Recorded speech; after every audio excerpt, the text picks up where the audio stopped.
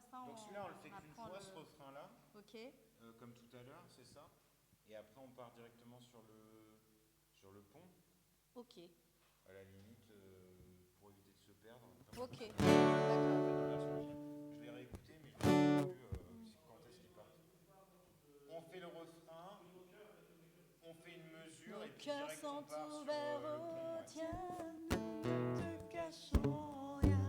Nous avons soif de toi, car tu es le Dieu saint, tout autre Dieu est vain. Oh, que ton feu descend. Seigneur, nous t'accueillons, Seigneur, nous t'accueillons, ô roi et Dieu d'amour, tu es le bienvenu. Seigneur, nous t'accueillons, Seigneur, nous t'accueillons, ô roi et Dieu d'amour, tu es le bienvenu.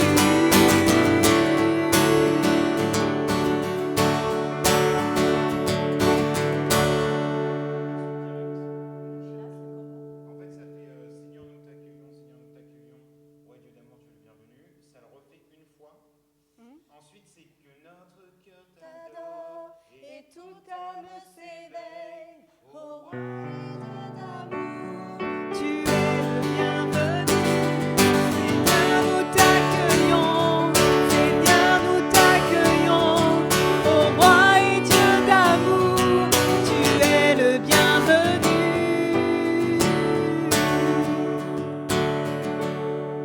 Mais en fait, ouais, c'est juste, ça se répète, les paroles changent un peu. Ok. Chaque fois, je me plante. Est-ce que ça manque là? Non? Non, Ah, y a pas de c'est les mêmes. changement de Non, temps? les notes sont les mêmes. Ok. Ouais, t'as les mêmes notes, première phase et deuxième phase. Juste, faudra qu'on fasse attention là, quoi, pas se planter, faire juste une mesure. Une mesure. Sinon, je vais lancer un petit appel. Ok, ok. Et puis, Une petite appel. voilà, comme c'est ça, ça. on est- Voilà, c'est ça. Ok. Voilà, et puis je pense que sinon, J'ai c'est jamais celle-là. chanté celui-là. Et une fois, on avait voulu le faire, je crois qu'on l'avait pas fait au final. Mhm. Mais bon, je la trouve sympa comme chant d'invocation. Ouais, Ça. c'est bien. Seigneur, nous t'accueillons. Ça fait bien.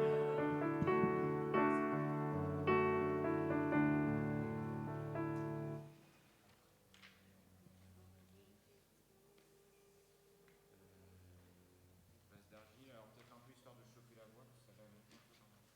Ouais, le monde Ouais, peut- bah, de toute façon, on peut mieux faire celle-là. Ouais, je l'ai fait lundi comment je ramais. Elle va très bas et très haut. T'étais seule? Non, c'est avec Wella. Ah. Enfin, je chante plutôt doucement, c'est elle qui... Tu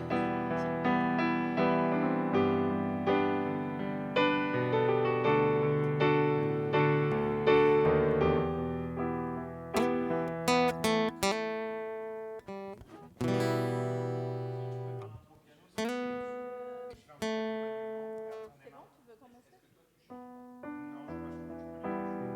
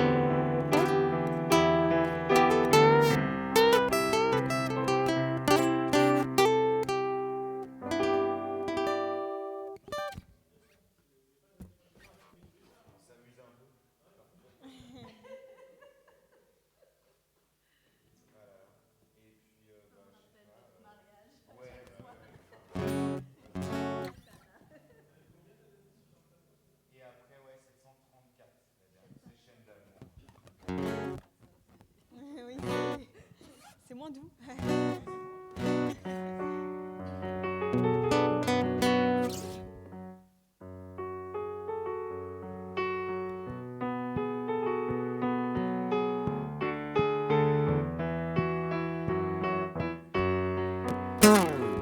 Nous sommes unis dans la famille car Dieu nous lie à toujours par une chaîne d'amour.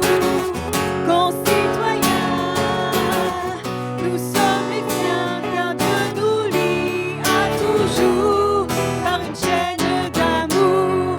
Et chacun des maillons dans l'épreuve tiendra bon. Lié à toujours par une chaîne d'amour. Oui, chacun des maillons dans l'épreuve tiendra bon. Lié à toujours par une chaîne d'amour. Nous sommes unis dans la famille car Dieu nous lie à toujours par une chaîne d'amour. Concitoyens, nous sommes les tiens car Dieu nous lie à toujours par une chaîne d'amour. Et chacun des maillons dans l'épreuve tiendra bon. Lié à toujours par une chaîne d'amour. Et chacun des maillons dans l'épreuve tiendra bon. Lié à toujours par une chaîne d'amour.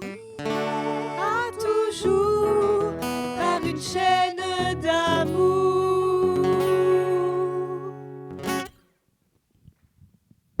Bonjour. Bonjour. Eh ben alors je vous propose, puisque vous avez répété les trois morceaux, de venir vous asseoir et on va commencer.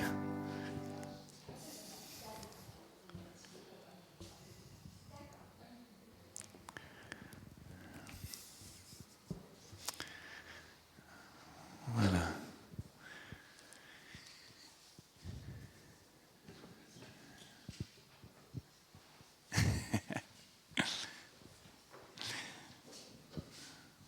Ça fait du bien d'être sur notre troisième célébration. On est mercredi, donc après le mardi et après le lundi.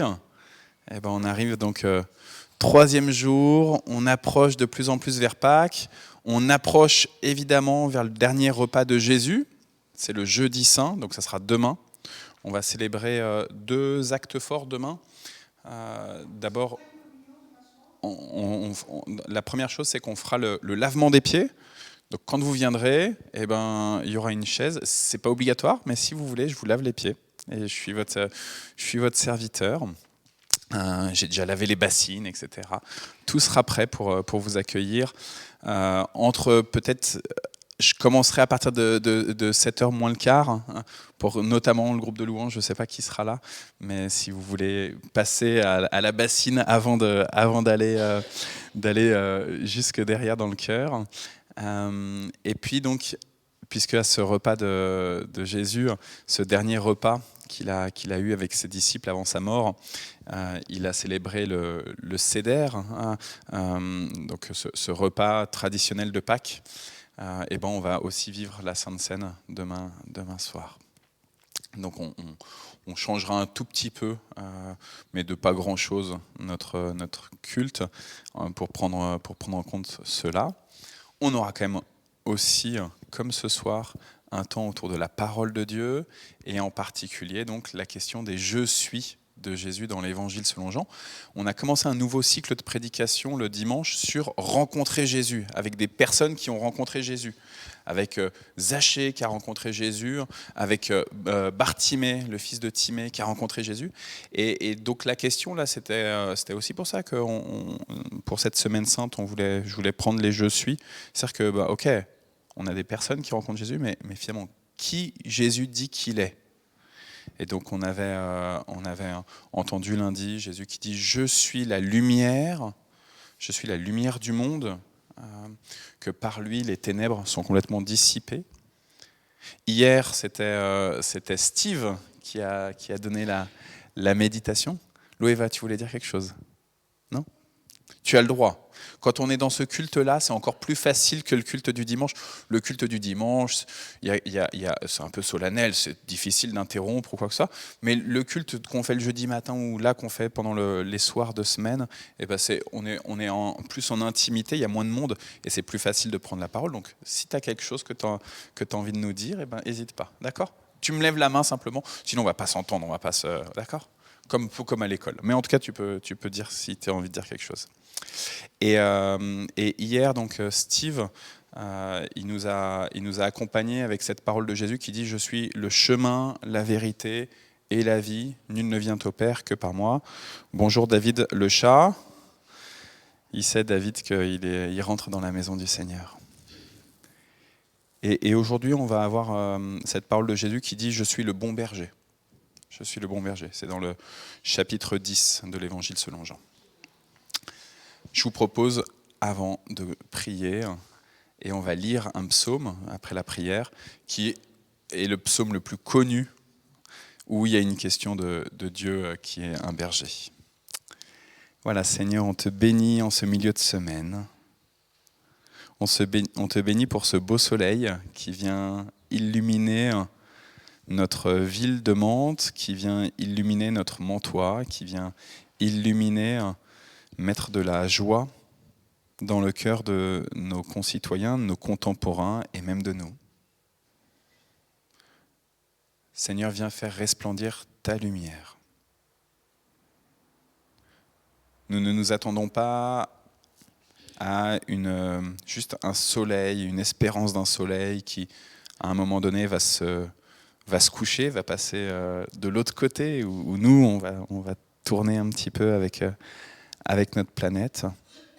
Mais on attend à ce que ce soit toi qui vienne illuminer nos vies, leur donner satisfaction. Oui, Seigneur, donne-nous que ces vies que tu nous as confiées, les nôtres et celles de nos familles, de nos environnements, de notre entourage, donne-nous de te les offrir avec reconnaissance. Amen. Donc je vous propose de lire le psaume numéro 23. Alors vous êtes plus que 6, donc du coup on va frustrer certains qui ne vont pas lire le psaume mais qui liront tout à l'heure l'évangile. Lorenzo, est-ce que tu veux bien commencer du coup ? D'accord ? tu me lis, il y aura un verset qui va s'afficher, tu me lis le verset, et puis après tu donnes le micro, soit ta maman, soit ta grand-mère, qui lira un verset, et puis ainsi de suite. D'accord ? Il faut prendre le micro parce qu'il y a des sœurs et des frères qui sont connectés par Facebook. Donc, du coup, c'est pour ça qu'on a besoin de...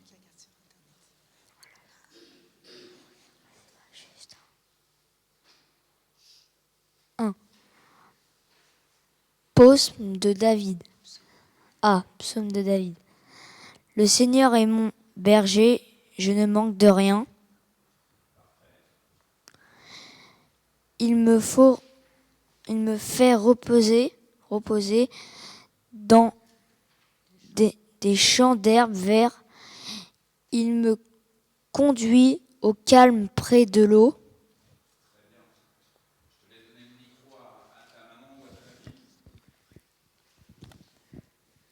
Il me rend des forces, il me guide sur le bon chemin pour montrer sa gloire. Même si je traverse la sombre vallée de la mort, je n'ai pas peur de rien. Seigneur, quand tu es à moi, ton bâton de berger est près de moi, il me rassure.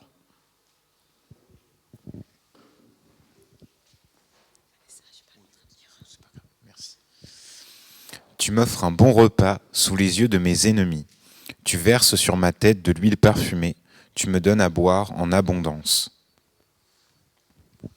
Oui, tous les jours de ma vie, ton amour m'accompagne et je suis heureux. Je reviendrai pour toujours dans la maison du Seigneur.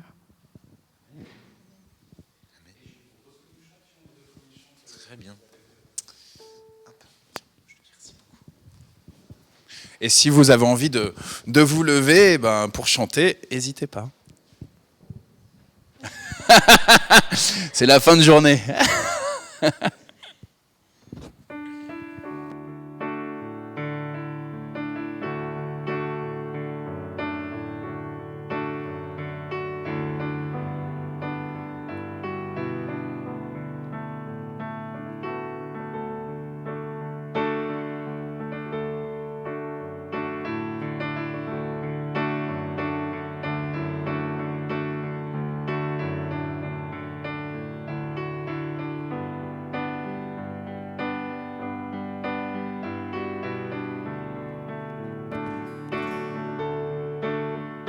Que nos chants soient comme un signe, nos louanges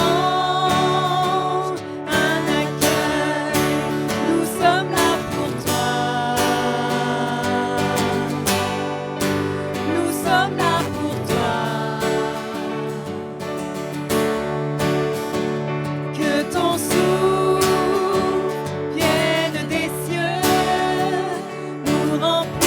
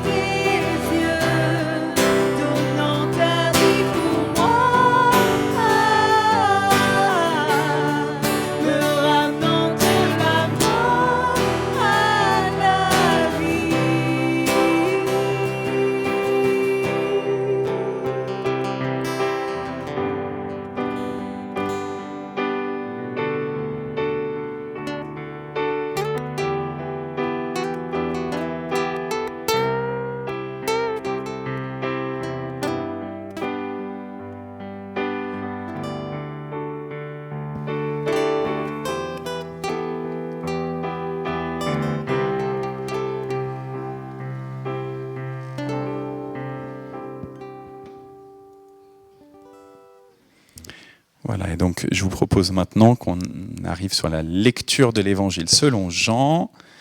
Et alors du coup, Noël, si tu veux bien prendre le micro.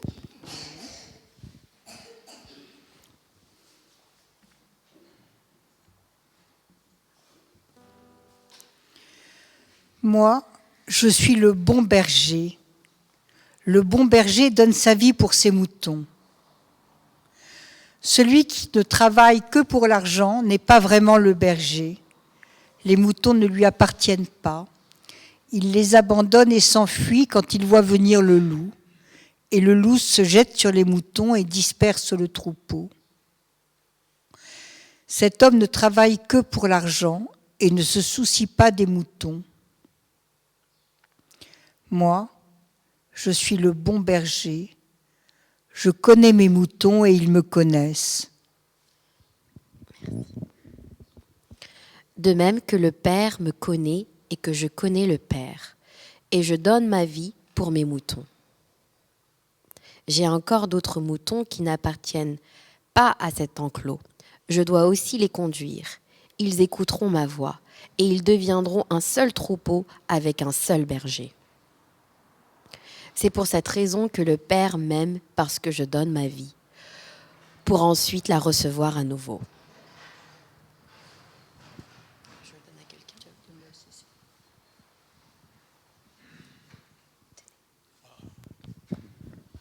Personne ne prend la vie, mais je la donne volontairement.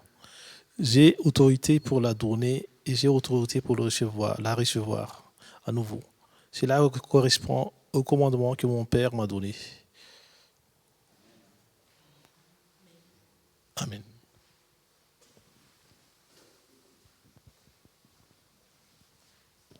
Merci beaucoup les lecteurs et lectrices. Je suis le bon berger. J'ai laissé ma tablette là-bas près de l'ordinateur, donc hop. Heureusement qu'on a des bibles papier qui sont là. Je suis le bon berger. Et le bon berger donne sa vie pour ses brebis ou pour ses moutons. Généralement, on parle de brebis, mais en fait, c'est la même chose. C'est juste, je pense que dans notre imaginaire, en particulier occidental, la brebis, elle est plus docile, elle est plus jolie, elle est plus mignonne que le mouton, qui est un peu plus balourd. Ça, c'est une question d'imaginaire. Mais au final, c'est un mot qu'on pourrait traduire par mouton ou par brebis. Je suis le bon berger, et le bon berger, il donne sa vie pour ses brebis. Et il y a une comparaison que Jésus fait entre celui qui est le bon berger, c'est lui, celui qui est le berger même, et celui qui travaille pour le berger, et qui a un travail de prendre soin, normalement, du troupeau. Il est payé pour ça. Mais Jésus nous dit, lorsque vient un loup, lorsque vient quelqu'un qui veut agresser le troupeau, et bien celui dont c'est le travail normalement de prendre soin du troupeau, puisque ça ne lui appartient pas, il préfère prendre ses jambes à son cou et partir.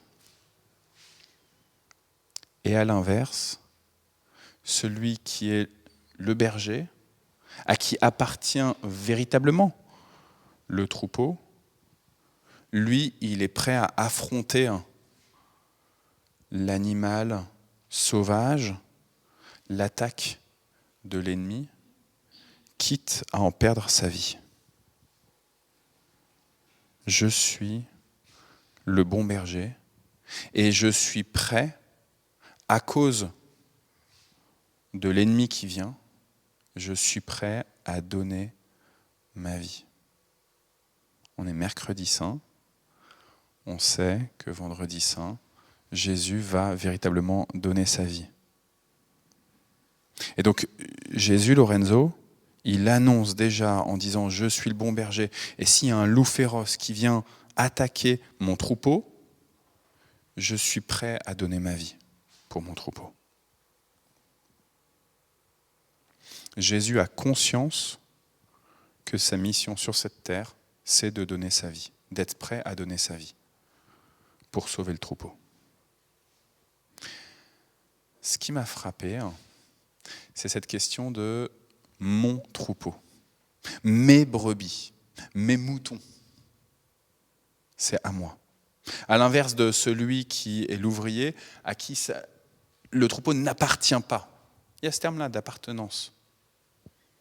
Fondamentalement, Jésus dit, il y a un troupeau qui est là, il y a des individus, on est bien d'accord, ce n'est pas en fait juste un troupeau de bestioles, c'est des individus qui lui appartiennent. Qui lui appartiennent. Il les possède. On va dire, ah mais non, mais nous les humains, on est libres. J'appartiens à personne. Je ne suis pas l'esclave de quelqu'un. Je ne suis pas enchaîné à quelqu'un. Je veux ma liberté. Je veux choisir si je vais à gauche, pour vous à droite, si je vais à droite, pour vous à gauche.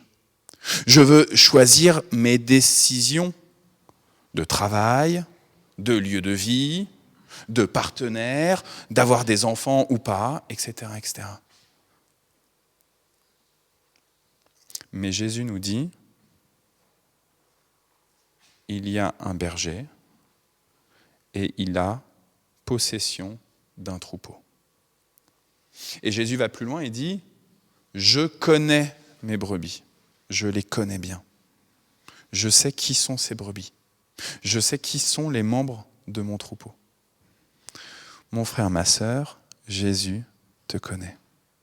Et si tu es rentré ici dans ce temple ce soir, au-delà du fait de vouloir servir, au-delà de vouloir faire plaisir, au-delà d'un rite religieux, c'est la semaine sainte, hop, on doit aller à l'église, c'est parce que fondamentalement, il y a quelqu'un qui te connaît. Et mieux encore, nous dit Jésus, tu le connais. Tu le connais certainement pas parfaitement, comme tu connais finalement pas parfaitement ceux qui sont les plus proches de toi. Combien de fois je suis surpris quand Isabelle ou Jonas ou Naoum ou Esther, mes plus proches, ils agissent comme si, ils ont une idée comme ça. Là, juste avant, là, quand vous étiez en train de répéter, je suis allé à la maison voir s'il y avait un des enfants qui voulait faire la projection. Et Jonas, il est en train de travailler sur un exposé qu'il doit faire pour la semaine prochaine. Et Esther lui a dit « Ah, Jonas, moi aussi je veux faire un exposé ». Et du coup, Jonas, au lieu de se dire « Ah, elle est jalouse, etc. », il a dit « Ok, je te confie aussi une tâche, toi aussi tu vas faire un exposé ». Et il lui a donné un sujet, il lui a dit comment chercher, etc. Et donc hop, elle est en train de travailler aussi à faire un exposé. Et ça me bluffe. Et je me dis, mais finalement, je ne les connais pas si bien que ça, mes enfants. J'aurais tendance à penser que Jonas, il dit « Non, tu m'énerves !» ou d'autres mots, et hop, et il part en crise ou je ne sais pas quoi. Ou Esther qui, à l'inverse, se met à faire une crise. « Ah, il ne veut pas faire comme je veux, machin. » Ils nous surprennent. Ils nous surprennent. Parce que finalement, même s'ils sont les plus proches de nous, on ne les connaît pas parfaitement. Mais on les connaît, un petit peu. On sait, par exemple, je suis désolé, Loeva et Lorenzo, vous êtes les deux enfants là. Hier et avant-hier, il y avait d'autres enfants, mais du coup, là, je vous prends vous. Des fois, entre frères et sœurs, on se titille. On sait comment exactement faire pour un peu enquiquiner l'autre.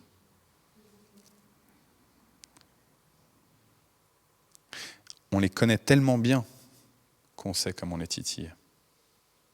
Et des fois, Vanessa, je suis sûr que tu titilles Nicolas aussi. On connaît tellement bien son mari qu'on sait exactement comment le taquiner un peu.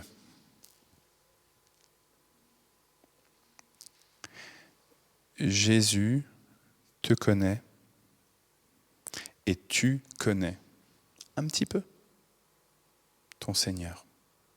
Celui qui se révèle être ton berger, celui dont tu dis, finalement, je suis ta possession. Je suis ta possession. Le loup, lui, il vient, il veut attaquer le troupeau et il veut déchiqueter le troupeau. Il veut le disperser. Il veut en faire de la charpie. Fondamentalement, le loup, il en veut à ta vie. Mais Jésus, le bon berger, il vient prêt à donner sa vie pour toi. Et pas que pour toi, pour l'ensemble du troupeau. Et il va plus loin, c'est pour ça que merci vraiment d'avoir lu comme ça jusqu'au verset 18. Parce qu'en fait, Jésus nous dit, mais en fait, il y a même encore d'autres brebis qui sont en dehors de l'enclos pour l'instant. Et moi, le bon berger, dit Jésus, je suis prêt à donner ma vie pour aller chercher aussi ces brebis qui sont en dehors de l'enclos pour l'instant. Et du coup, l'enclos, ce n'est pas juste notre petit temple protestant de Mantes-la-Jolie, hein, même si notre communauté, elle est sympa. L'enclos, ce n'est même pas l'église chrétienne visible. L'église catholique de Mantes-la-Jolie, la paroisse Notre-Dame, la paroisse ceci, la paroisse cela. C'est l'église de Pentecôte, etc. C'est même pas juste ça, l'enclos. C'est plus large, en fait.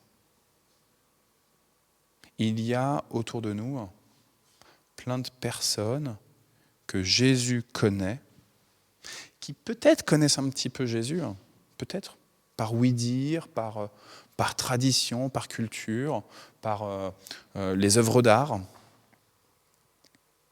Et Jésus les connaît et il est prêt à donner sa vie, à les enlever de celui qui leur veut du mal. Je suis le bon berger et le bon berger donne sa vie pour ses moutons. C'est extraordinaire quand même qu'un homme dans les années 30 puisse dire « Je suis là, pas pour ma propre gloire, pas pour faire le petit chef, pas pour la joie d'avoir des disciples, de faire des miracles, etc. » mais de quelqu'un qui dit « Je suis là, prêt à donner ma vie pour mes brebis. » C'est extraordinaire qu'il puisse dire ça et c'est extraordinaire qu'il puisse dire « c'est mes brebis ». Du coup, pour moi, en tout cas, c'est un challenge de chaque jour, mais vous m'avez déjà entendu tellement de fois le dire. La bonne nouvelle, j'ai l'impression, pour moi, toutes mes prédications, c'est un peu tout le temps les mêmes. Le challenge, pour moi, c'est de me dire « Ok, est-ce que j'accepte aujourd'hui d'être considéré comme la brebis du bon berger ?» De ne pas être moi-même mon bon berger. Et puis moi, en tant que pasteur, en plus. Pasteur, berger, pasteur égale berger. Ben, en fait, comment est-ce que... Alors là, j'ai pas mon col, hein, mais comment, hop, j'enlève mon habit de berger pour accepter moi-même d'être conduit. En tant que chef de famille, en tant que père, en tant qu'ami.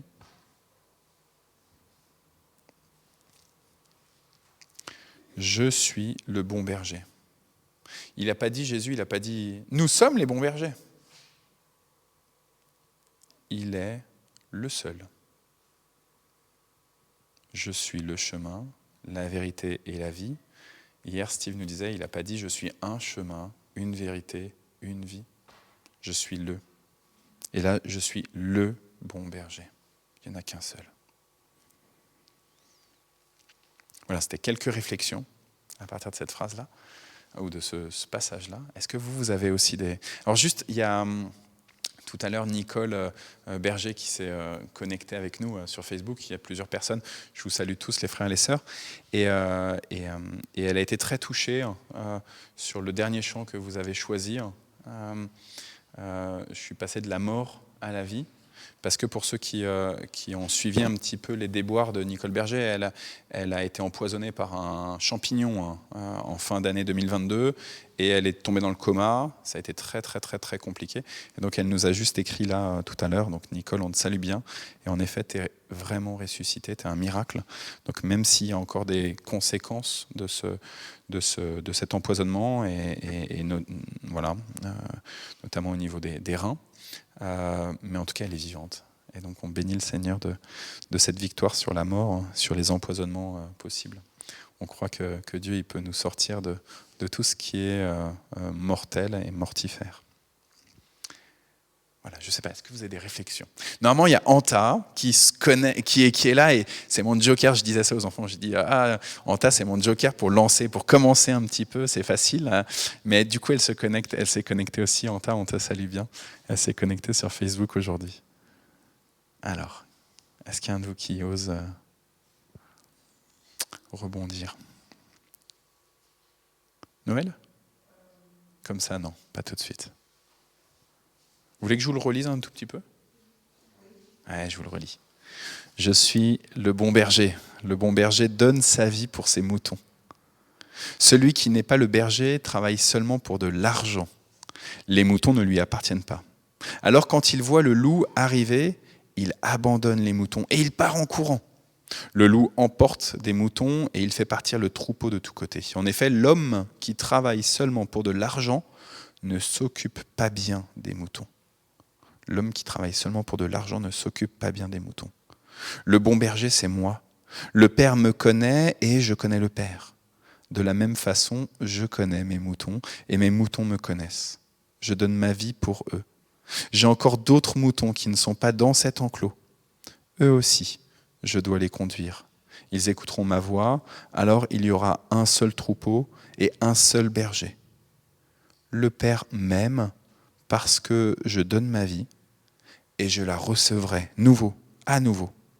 Personne ne prend ma vie, mais je la donne moi-même. J'ai le pouvoir de la donner et j'ai le pouvoir de la recevoir à nouveau. Voici l'ordre, c'est l'ordre que mon Père m'a donné. Il y a d'autres sujets que je n'ai pas abordés, mais... Vas-y Thibaut. Déjà, je trouve que ce texte il est très beau parce qu'il résume beaucoup de choses très, très importantes quand on est chrétien et quand on veut un peu comprendre notre rôle par rapport à ce que fait Jésus pour nous, en fait, et de manière plus grande, vraiment comprendre un peu qu'est-ce que c'est cette soumission, en fait, dont on parle, en quoi elle est pas négative finalement en fait. Au contraire, moi je trouve qu'on est très chanceux d'avoir ce berger qui est prêt à tout donner pour nous en toutes circonstances. Quand tout à l'heure Arnaud tu disais souvent en tant qu'être humain on a tendance à vouloir se dire je suis un peu maître de mon propre destin, j'ai envie d'être maître de ma vie finalement et pas d'être soumis à des choses que j'ai pas envie de faire ou qui sont pas comme moi j'aurais envie en fait. Finalement, alors outre cette orgueil qui peut prendre le dessus, et ça nous arrive à tous dans nos vies, c'est une lutte perpétuelle, c'est pas quelque chose d'acquis à aucun moment je pense, et il faut garder ça en tête que même à un âge très avancé, il faudra toujours lutter contre cette idée-là qui reviendra toujours un peu nous hanter. Mais voilà, s'estimer heureux en fait en tant que chrétien d'avoir cette personne qui est Jésus en fait à pouvoir visualiser comme étant un peu notre guide et comme étant toujours là et toujours aux petits soins pour nous en fait. Moi c'est vraiment cette idée qu'il est toujours là pour le meilleur alors que nous-mêmes on n'est pas toujours là pour le meilleur pour nous en fait. Cette fausse liberté qu'on veut parfois s'accorder et cette maîtrise qu'on croit avoir sur soi, en fait, très souvent, elle est plutôt négative et elle nous tire vers le bas plutôt que être positif pour nous. Et je pense que voilà, on est très chanceux d'avoir la personne de Jésus pour s'occuper correctement de nous, ce que nous ne savons pas faire. Voilà.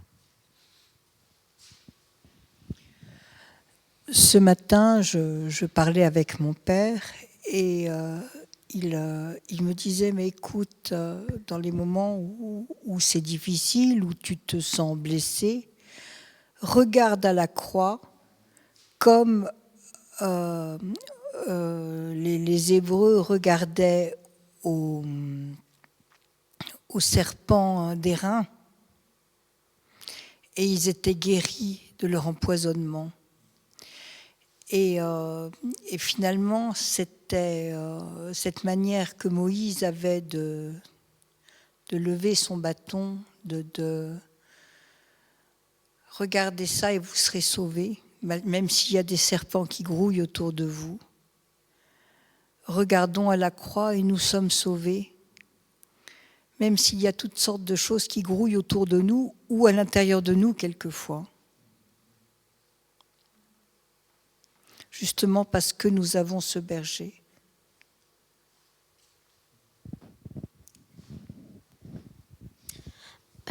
Moi, à l'interprétation de ce texte, je vois deux passages. Déjà, le premier passage qui est lié au métier, et on parle quand même de l'argent, et qui est aujourd'hui concerné dans cette société, par lequel on est tous concernés. Et je pense que la morale, c'est aussi d'avoir la valeur de la sincérité et du dévouement quand on exerce un métier, et ne pas que l'argent. Puis ensuite, la deuxième partie, qui est consacrée à son sacrifice, qu'il est capable, lui, de pouvoir mourir. Donc, je rejoins maintenant les autres interventions à ce sujet-là. Donc, je trouve qu'il y a deux moments dans ce texte. Et le premier est aussi à prendre en considération, qui pourrait être une moralité pour chacun d'entre nous. Finalement, comment est-ce qu'on est, en tant qu'employé dans ce monde, est-ce qu'on fait les choses pour l'argent seulement ? Et c'est vrai qu'on a tendance à penser que notre travail mérite un salaire et que du coup, on a besoin du salaire pour vivre et c'est tout. Ou alors est-ce qu'on le fait jusqu'à être prêt à perdre sa vie ? Et alors, quel travail du coup ?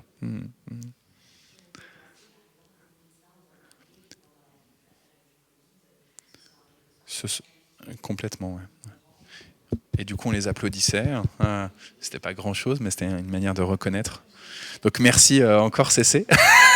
On sait que tu as donné beaucoup de temps et tu continues, mais merci.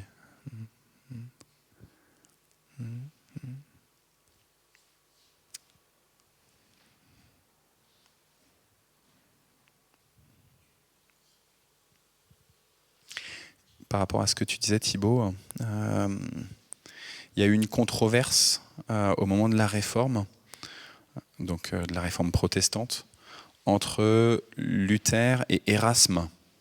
Erasme, fervent catholique, qui pensait qu'on pouvait réformer l'Église catholique, mais en restant dedans. Et Luther, qui en fait aurait bien voulu rester dans l'Église, mais s'est fait jeter, et qui du coup s'est dit, on est arrivé à un stade où si on veut réformer, en fait, c'est pas possible. Il faut créer autre chose, nouveau, malheureusement. Et Erasme avait écrit un ouvrage qui s'appelle Du libre arbitre. Et Luther a répondu à cet ouvrage en écrivant un autre qui s'appelle Du serf arbitre. Et le propos de Luther, il est de dire que finalement, en fait, c'est très orgueilleux de penser qu'on est libre, un arbitre libre. Parce que celui qui arbitre, c'est le juge. Sur le terrain de foot, sur le terrain de n'importe où, celui qui arbitre, c'est lui qui dit si tu as un carton, si tu es exclu, si tu as le droit de rentrer dans l'ère de jeu ou dans l'ère de la vie. Et donc finalement, c'est très orgueilleux de penser qu'on est libre du jugement. Et Luther, donc, il essayait de dire notre liberté, c'est au contraire de choisir d'être soumis, de devenir serf. Et donc finalement, moi, Luther, je choisis non pas le libre arbitre, mais d'être serviteur de celui qui connaît ce qui est bon pour moi, ce qui est juste pour moi. Voilà. C'est un bon petit ouvrage du serf arbitre. Ça fait partie des grands écrits de Luther. Avec un autre ouvrage qu'il faut lire pour moi en parallèle, qui s'appelle De la liberté du chrétien. Donc voilà, les deux, ils sont importants. Loéva, est-ce que toi tu veux dire quelque chose ? Ça veut dire quoi pour toi le fait que Jésus soit le bon berger ? T'as rien à dire ? Esther et Jonas, c'est chouette que vous soyez avec nous. Esther, j'imagine que tu as fini ton exposé ainsi que Jonas. Je me suis permis, vous n'étiez pas là, mais je me suis permis de parler de vous. On a lu Esther ? Esther ? On a lu quand Jésus dit « Je suis le bon berger et je suis prêt à donner ma vie pour mes brebis ». Ça vous fait penser à quoi, vous? Rien du tout? Ok. Alors, je vous propose dans ce cas-là qu'on s'arrête sur ce temps du partage autour de la parole. Alors, on a pris un temps d'intercession hier. Je ne sais pas si vous voulez qu'on se prenne un temps d'intercession maintenant, sinon on dit le Notre Père. On dit juste le Notre Père et puis on fait le chant. Ça vous va? Ok. Vas-y, Jonas, tu peux nous mettre le... Non, c'est Jonas, là. Il l'a pas fait encore depuis lundi. Toi, tu l'as fait. Naoum l'a fait. Jonas, par contre, fais-le bien, s'il te plaît.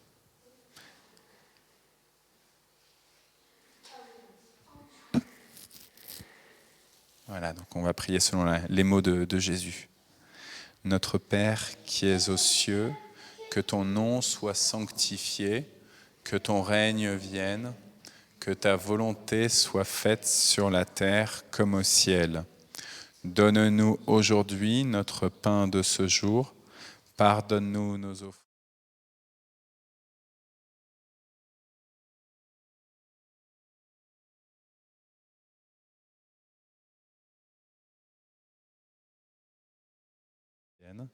Le règne, la puissance et la gloire pour les siècles des siècles. Amen.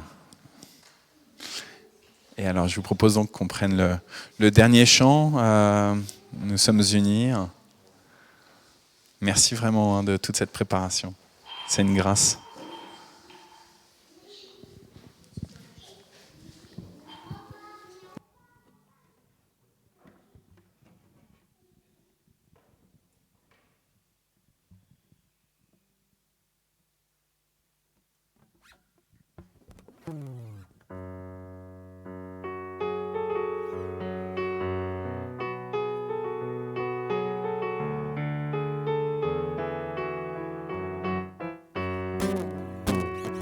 Nous sommes unis dans la famille, car Dieu nous lie à toujours par une chaîne d'amour. Concitoyens, nous sommes les siens, car Dieu nous lie à toujours par une chaîne d'amour. Et chacun des maillons dans l'épreuve tiendra rond, lié à toujours par une chaîne d'amour. Et chacun des maillons dans l'épreuve tiendra rond, lié à toujours par une chaîne d'amour. Nous sommes unis dans la famille, car Dieu nous lie à toujours par une chaîne d'amour.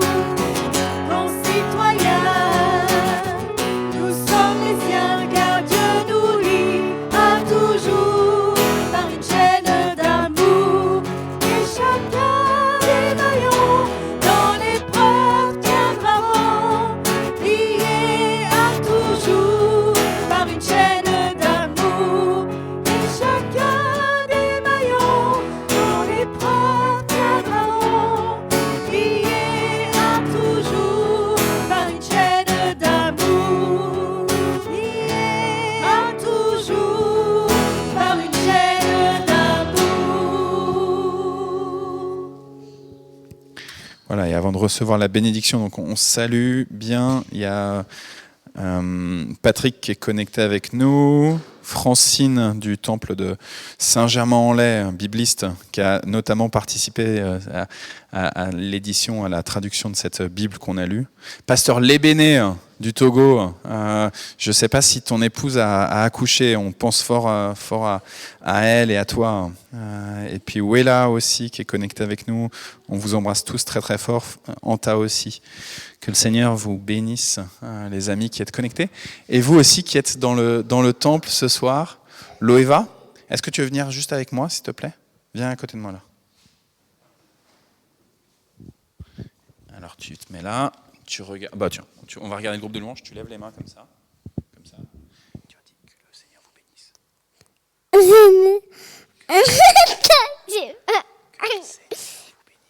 vous bénisse. Seigneur vous bénisse. Voilà, et après tu regardes les autres là-bas, que le Seigneur vous bénisse. Seigneur vous bénisse. On comprend pas bien, vas-y, redis-le bien.